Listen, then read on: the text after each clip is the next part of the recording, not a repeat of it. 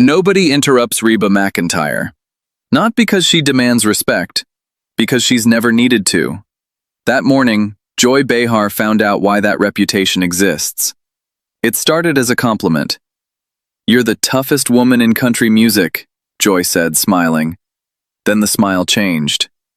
"So why have you spent 50 years being so careful, so agreeable, so afraid to actually say anything that might upset somebody?" The studio went cold. Reba didn't blink. "Careful," she repeated. Just that one word. Nobody in that studio had ever heard Reba McEntire's voice drop that low. What happened in the next 9 minutes would be clipped, shared, and replayed 60 million times by the following morning. Not because Reba screamed. She never did. Because of what she said about being underestimated her whole life. About the difference between being nice and being weak. Because of the question she asked Joy. One single question, delivered so calmly it took Joy nearly 10 full seconds to understand she'd just been gutted on live television. And then Reba stood up, straightened her jacket, and walked off that stage like she was leaving a courtroom she'd already won. Joy Behar sat there, completely alone, for almost a full minute before anyone said a word. Subscribe right now, because you are about to watch the Queen of Country remind daytime television exactly who built that crown. The View studio had a different energy that morning, the kind of buzz that happens when everyone knows a legend is walking through the doors. Reba McEntire, 70 years old, still filled a room the way she'd filled arenas for 5 decades. She'd started singing in her father's truck on the way to rodeos, belted the national anthem at a steer roping competition at 19, and turned that one moment into 50 years of chart-topping records, movie roles, a bar named after her, and a television career that refused to slow down. Happy's Place had just been renewed for a 3rd season. The Voice kept calling her back for season 28. She was engaged to Rex Linn, her Happy's Place co-star, and by every account she'd ever given, she was living the happiest chapter of her life. She walked onto the set, her hair styled in that unmistakable copper wave, and the applause hit like a wall of sound. She waved, laughed, blew a kiss to the front row like she'd done it 1,000 times, because she had. "Reba McEntire, y'all," Whoopi announced, beaming. "Well, hey now," Reba said, settling into the chair with easy Oklahoma warmth. "Y'all are gonna make me blush." The first 10 minutes moved fast and light. Happy's Place, The Voice, Rex, the restaurant back in Atoka. Reba was funny, self-deprecating, generous with her answers. The same woman America had loved since she was 24 years old and singing in smoky honky-tonks nobody outside of Oklahoma had ever heard of. "Season 3 of Happy's Place just got picked up," Sarah said. "That show has become such a phenomenon.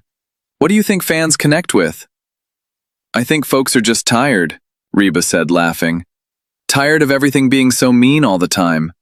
They want somewhere to go that feels like home. A little bar, a little family. People who show up for each other even when they drive each other crazy." The audience applauded warmly. "And of course," Whoopi added with a grin, "you get to work alongside your fiancé every single day. That's gotta be something." Reba's whole face lit up. "Rex is the best thing that's happened to me in a long, long time. We laugh so much on that set, sometimes we have to stop filming." Joy sat quietly through all of it. Too quietly. Her arms were crossed, her eyes narrowed slightly, watching Reba the way a hawk watches something it hasn't decided is prey yet. It was Sarah who opened the door without meaning to. "Reba, you're one of the most beloved figures in entertainment. Everybody loves you. Do you ever think about why that is?" Reba smiled. "I think it's because I've never tried to be anybody but myself. Take me or leave me." That's when Joy leaned in. "Funny you say that," Joy said, "because I've always wondered something about you." The temperature in the room dropped 3 degrees. "You're this tough, independent, self-made woman, grew up on a ranch, built an empire from nothing. But you never really say anything, do you? You've spent 50 years being the safest, most agreeable person in country music. Never a controversial opinion. Never a real position on anything that matters. She tilted her head. Isn't that just a nicer way of saying you're afraid? The studio went dead silent. Reba set her coffee cup down, slowly, deliberately. Afraid, she said quietly. I mean, look at Dolly. Look at the chicks. Women who actually risked something. You just smile and sing about heartbreak and cash the checks. Reba's eyes had gone very still. You think 50 years in this business happened because I smiled at people? I think it happened because you never gave anybody a reason to be mad at you, Joy said, emboldened. That's not bravery, Reba.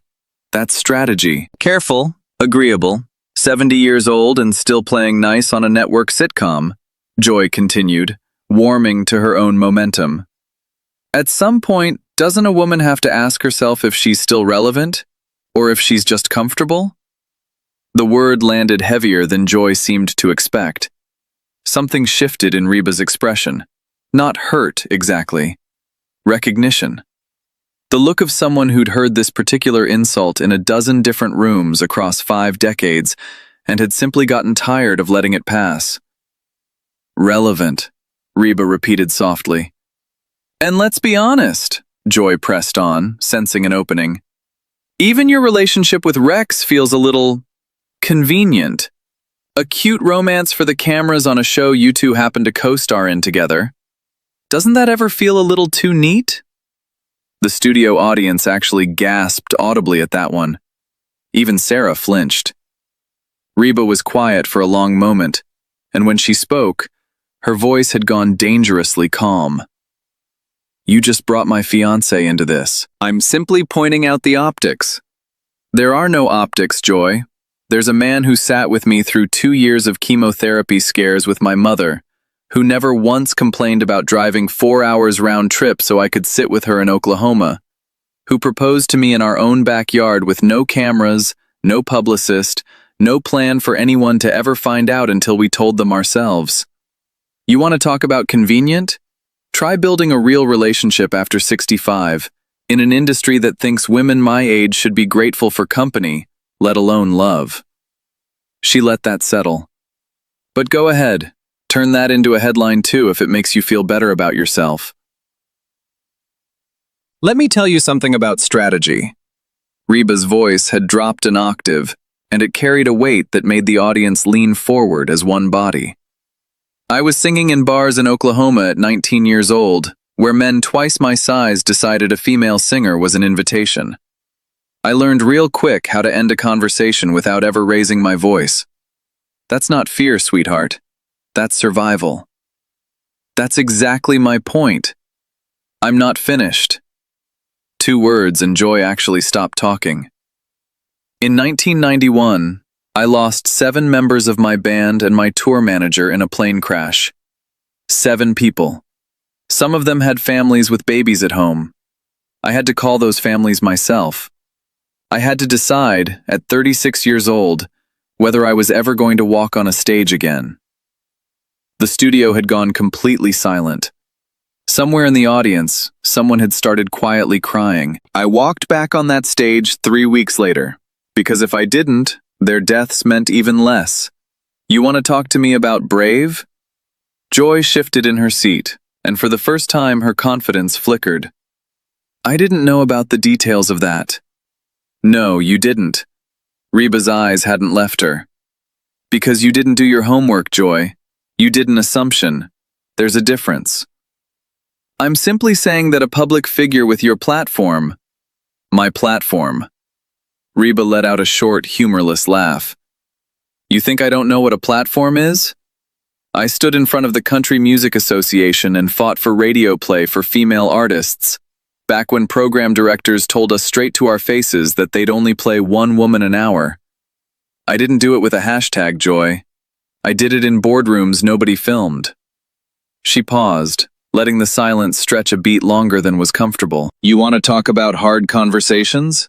I sat across from record executives who told me point blank that a divorced woman over 40 couldn't sell records anymore. I proved every one of them wrong with an album called Fancy. I didn't need a microphone on a morning show to do it. I needed 12 songs and the nerve to release them anyway. Joy tried to recover. I'm not diminishing your tragedy. I'm talking about your public positions. You're talking about things you clearly haven't researched. Reba's voice was ice now. I've spent 30 years quietly funding scholarships for kids in rural Oklahoma who'll never see their name in a headline. I've testified in front of Congress about music royalties. I opened doors for every female country artist who came after me, in an industry that told all of us, every single day, that women didn't sell tickets. She leaned forward. I just didn't do it standing on a stage screaming for applause. Because unlike you, Joy, I never needed the reaction. I needed the result. Scholarships nobody sees don't count as courage in my book. Joy shot back, though her voice had noticeably thinned.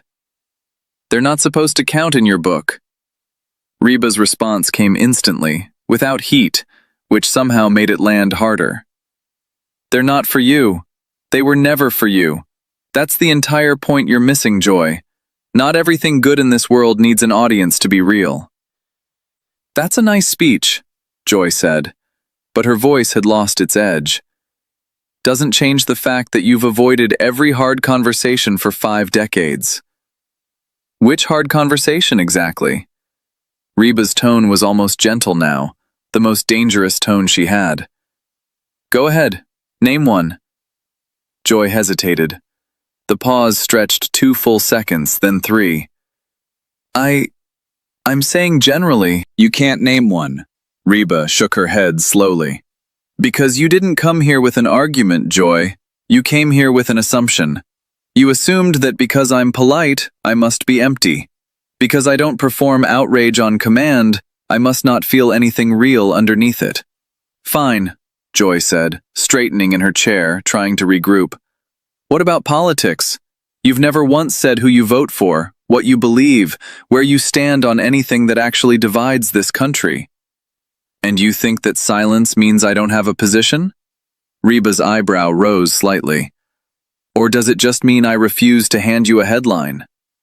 It means you're playing both sides so you don't lose ticket sales. It means, Reba said, her voice dropping even lower, that I have fans who are Democrats and fans who are Republicans, fans who go to church every Sunday, and fans who haven't stepped foot in one since they were kids.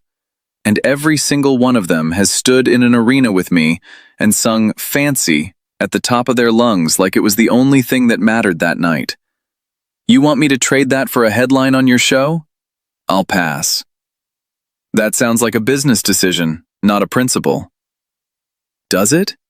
Reba tilted her head, studying Joy the way she might study a horse that had just spooked at nothing. Let me ask you something, Joy. In your career, how many people have you actually helped? Not opinions you've shared. Help. Real, on the ground, nobody's watching help. Joy opened her mouth, then closed it. I didn't think you'd have an answer ready, Reba said quietly. Because you've spent your whole career measuring impact and applause. I measure mine in kids who got through college because of a scholarship with no name attached. That's the actual difference between us, and it's not close. She stood up.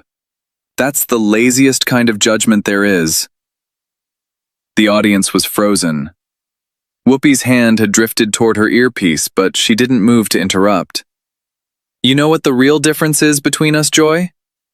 Reba's voice filled the studio without ever rising above conversational volume. You built a career being the loudest voice in the room. I built one making sure the room remembered what I actually said. She walked toward the panel desk. 50 years from now, people are still going to be singing Fancy in bars they've never met me in. They're going to play Does He Love You at every heartbroken woman's kitchen table in this country. Little girls who haven't even been born yet are going to belt out, I'm a survivor, the first time somebody breaks their heart. Tell me, Joy, what are people still going to be quoting from you in 50 years? Joy opened her mouth. Nothing came out. That's what I thought. The silence stretched. Sarah's hand had gone to her chest. Sunny was staring down at her notes, refusing to meet anyone's eyes. Joy tried one final time, her voice smaller now, stripped of its earlier bite. This is exactly the kind of superiority that— No, Reba cut her off, quiet and final. This is exactly the kind of accountability you've never had to sit through, because everyone on this stage is usually too polite to hand it to you. She let that sit for a moment, her eyes moving slowly around the table. Whoopi, Sarah, Sunny, and finally back to Joy. I didn't come here today looking for a fight. I came here to talk about a sitcom and a man I love. You're the one who decided my kindness needed defending against. Well, honey, I hope you got what you were looking for. Because I promise you, I didn't enjoy a single second of this. She picked up her purse. You wanted to know why I've lasted 50 years in an industry that chews up women and spits them out by 40? Here's your answer. I never once mistook cruelty for courage. I never confused volume with substance. And I never needed anybody's permission to know exactly who I was. She turned toward Whoopi and Sarah with genuine warmth. Thank you both. I've always loved coming here. Then, to Joy, one final time. You should try kindness sometime, honey. It's a lot harder than what you're doing. And it lasts a whole lot longer. And with that, Reba McEntire, the queen of country, the woman who'd buried her band and gotten back on stage 3 weeks later, the woman who'd spent 50 years being underestimated by exactly the kind of person sitting across from her, picked up her coffee cup, took one last sip, and walked off the set like she owned it. Because she did. The silence after she left was total. Joy Behar sat frozen, her mouth slightly open, her hands flat on the table like she needed something solid to hold on to. Nearly a full minute passed before Whoopi finally spoke. We need to take a break. Sarah was staring at the door Reba had walked through. I don't think I've ever seen anyone do that to Joy. Not like that. Sunny said nothing at all. She just kept looking at the empty chair. The clip hit 60 million views in 18 hours. Reba McEntire ends Joy Behar, trended across every platform by that evening. But what people kept sharing wasn't the takedown. It was the plane crash story. The scholarships nobody knew about. The 19-year-old girl in Oklahoma bars learning to survive without raising her voice. Dolly Parton posted a single line. That's my girl. Never doubted her for a second. Trisha Yearwood wrote, 50 years and she's never once needed to prove it to anybody. That's the whole lesson. Carrie Underwood shared the clip with a simple red heart. Miranda Lambert wrote, this is what it looks like when somebody underestimates a woman who built an entire industry with her bare hands. Even artists outside country music chimed in. Kelly Clarkson, a longtime friend from The Voice, posted, watch and learn, y'all. Watch and learn. Rex Lynn shared a photo of the two of them from the Happy's Place set with the caption, proudest man in America today. Fans on social media began digging up old interviews, and interviews with musicians Reba had quietly helped over the decades. Young songwriters given their first real break, road crew members whose medical bills had mysteriously been paid, a scholarship fund in Atoka that had put dozens of kids through college without ever putting McEntire's name on the paperwork. The internet, for once, seemed less interested in the takedown itself and more interested in everything it had revealed underneath. Rex Lynn gave a brief statement to a local Oklahoma news station. She didn't need me to defend her up there. She never has. I just get to love her, which is the easiest job I've ever had. Joy Behar returned to The View 2 days later. She didn't apologize. But for the first time in years, viewers noticed she let a guest finish an answer before jumping in. And Reba? She went back to Atoka, back to Rex, back to the restaurant, the sitcom, the quiet Oklahoma life she'd built brick by brick, while everyone assumed the smile meant there was nothing underneath it. There was always something underneath it. She just never needed anyone's permission to prove it. What did you think of this confrontation? Was Joy out of line? Or was she asking fair questions? Drop your thoughts in the comments and subscribe for more stories that will absolutely blow your mind.